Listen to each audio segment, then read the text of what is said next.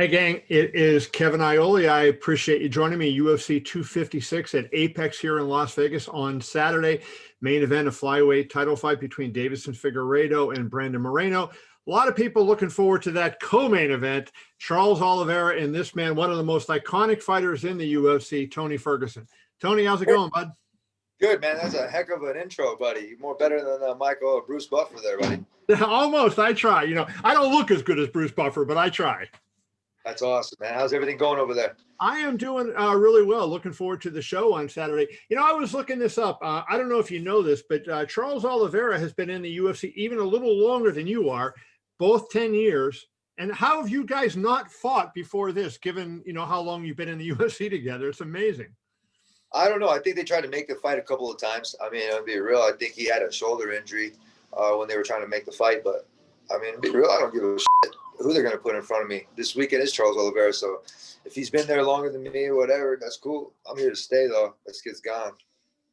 What do you think coming off? Like, what's your mindset coming off your loss to Gaethje? I know that was an important fight for you. Like, are you more determined than you've ever been? Like, are you going to take your wrath out on him, or what do you think we see out of you on Saturday? There's no wrath, kid. I'm going to be real. I think after everybody to think about fighting is always being negative and all the bullshit. This is a competition, and I'm a wrestler.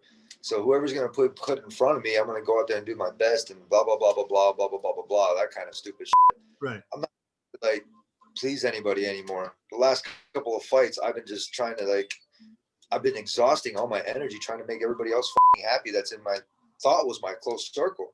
Right. And there was no juice in the squeeze left for my wife and my kid. And that handling business, even fucking getting the company through turmoil, right?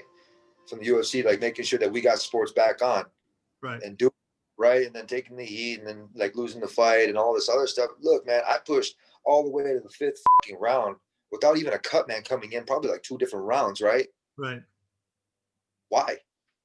Yeah. Oh, I don't know. But look, man, check this out. I got stopped, right? So it's cool. With one uppercut, we hit that bitch. We know exactly where we're at in our heart when we're training for our stuff. There's hardly going to be another time like that where we're going to have to go and step up and have to do this shit. Right. I don't have to hold the whole world on my back or I don't have to do that anymore. You know, to understand how much pressure that puts on somebody.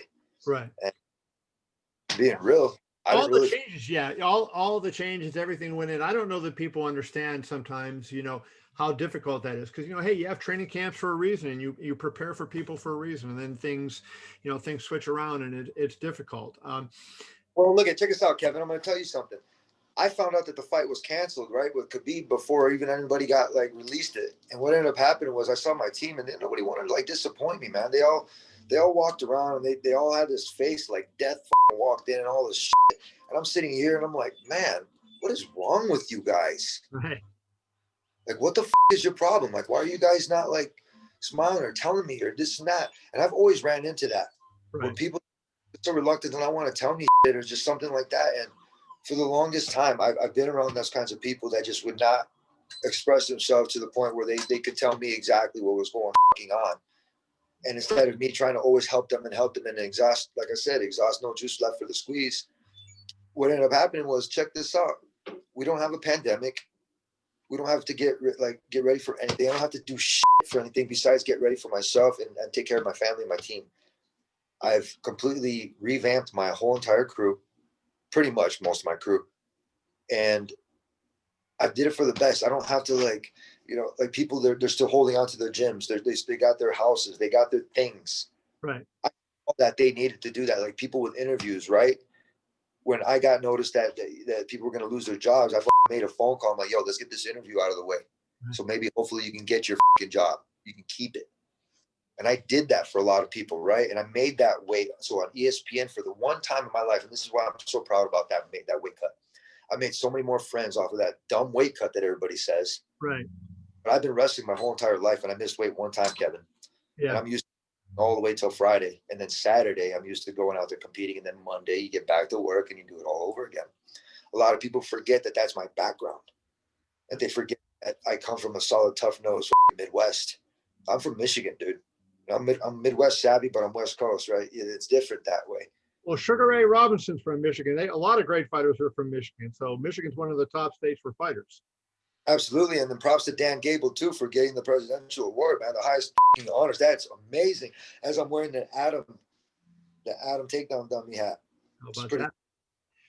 The one thing, Tony, that I'm surprised that you wanted to fight. I know they were talking about you maybe fighting Michael Chandler now and everything. I just looked at how physical that fight was, or at least how it appeared, on the outside, me looking at you fighting, that you didn't take a little more time off. What was it that you felt the need so strongly to get back in there instead of just giving your body that really extra rest and time off? That's for fucking like people are like, oh my gosh.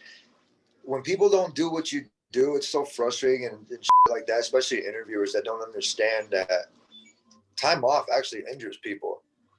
When you're hurt, people want to take a knee and they want to take a rest instead of actually getting out there and then walking on a sprain, right? Mm-hmm. Or like icing it immediately or getting after it immediately. People said I needed more time off. I'm like, you guys, I don't need more time off. Mm-hmm.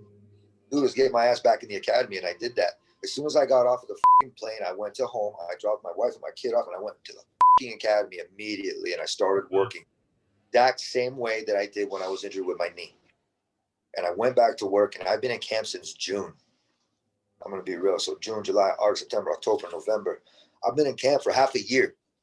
People take more time off. I'm like, you guys have never seen me this way, heard me this way, or any of my approach. You guys don't even know me. I'm going to be real. That little facade that you guys had is all for you guys. There's no more. This is me. What, when did you think, you went into camp in June. When did you feel like you were ready to fight? So you got back in. When were you ready to fight again? I was ready to fight over in Abu Dhabi, man. I was ready to fight whenever, but they kept around. Like same thing with Chandler. And then they're like, this is what happened. I said, I wanted to fight, right? And I said, was Chandler available? Oh no, he's got an opponent already. What? And then it was like, I want to fight. So somebody was lying. So I'm going to be real. There's no more. I've been with the company for like 10 years. Right. My homework, I've been, through mailroom all the way to the Apex. Be like kind of like Forrest Griffin. He's running the Performance Institute. He put in his time, he did his thing, and he put his honor and kept it word. I'm a company man too in the same way. And what we do though is I'm not going to let anybody alter my future anymore. I can't. And especially like these fighters that are coming in from a different promotion and trying to skip. You guys have to realize it's a repeat process that the UFC keeps doing. It's like not case law, right? It's almost like, well, somebody's going to keep missing weight. You're going to count them missing weight. Like I'm calling it out. Yeah, there was going to be a false shuffle. They're going to take the number 1, number 4, boom, right there. And I'm number 3. And they're going to take the number other ones and boom, boom, right there. So which would have made me 5. Right. Dana like when they speak up. Yeah, I see you see it too, but you weren't going to say shit. I say shit. Hardly anybody says shit. So that's where I'm at. I got this relationship that I developed with every person from interviewers all the way. And I've helped every single one of them. And I told everybody, remember this, and I quote, you guys will not like it when I get to that spot. I did say that I'll find that interview. I said, you guys won't like me when I get to that spot because I'm already available. And now here I am doing video phone calls. And I had an interview with a talk with Chris from the UFC. And I said, hey, I usually don't do video conferences. Usually I'm just one to this talk, and that's it. But I asked him, what were the supporters like? Because I'm a people's champ.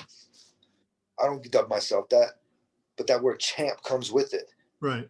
Mindset is champ only, right? I can always say that, but it really is. That's a CSO. That's a chief security officer. That's making sure happens, especially during turmoil when your company needs you to do this shit. Right. So no matter if the company treats me good or bad or whatever, I'm still a company man. I'm going to show up and do my job like a pro. And these other guys, if they're not ready to do that, they need to go to Bellator. Go back because you're not ready to come and fight for us. You have been one of the most exciting fighters in the UFC for a long ass time. Been at the top of the division for a very long time. Wonder what's next. You win the fight. You just swore, Kevin. What's that? Kevin, you just swore right now. You just said ass. I love it, man. There you go. I usually don't do that, but I got you. I think it's 13-1 now, right? In favor of you. I have no idea, man. I'm gonna be real. As far as like fights and records go, I stopped caring a long time ago. No, I meant in terms of swearing. 1 for me and like 13 or 14 for you. Oh, so. I don't know. My jar is enough to make my kid go to college already. Well, hey, let's wrap it up on this. I just want to, McGregor's fighting Poirier in January. Is that a fight you would be interested in the winner, taking on the winner in that? Or what would you have your eye on next, assuming you beat Oliveira on Saturday? I'm not assuming I beat Oliveira. Okay. But no respect. But when I beat Oliveira, I'm going to attack a Thanksgiving dinner. Yeah, my wife's going to make a Thanksgiving dinner for me from scratch, which is awesome. And I want to help. And this Thanksgiving was fun, but I had in my head that I needed to leave the table hungry. Right. I needed to make sure that I was doing my part, that I can go in and eat and eat and eat and eat and then feel shitty and I got to make weight and blah, blah. No, dog. How many times have I been to state for football, right? 2 times we've been to state for football. And during that time, there was conditioning during Thanksgiving break. And during Christmas break, there was practices for wrestling. And during spring break, there was practices for baseball. And I played 3 different sports. So I barely got any time during the summer to myself. And I've been competing for 30 plus years, dude. I don't know anything different besides to go out there and do the damn thing, bro, with the varsity mentality approach. And push comes to shove, whoever the in front of me is going to have their hands full. That's a good quote. I love that. I look forward to seeing it. That is Tony Ferguson, the former lightweight champion. We will see him on Saturday, UFC 256 against Charles Oliveira. Tony, my man, always a pleasure. My man, thank you, Kevin. You're awesome. See you on Saturday. Be well. Later, buddy.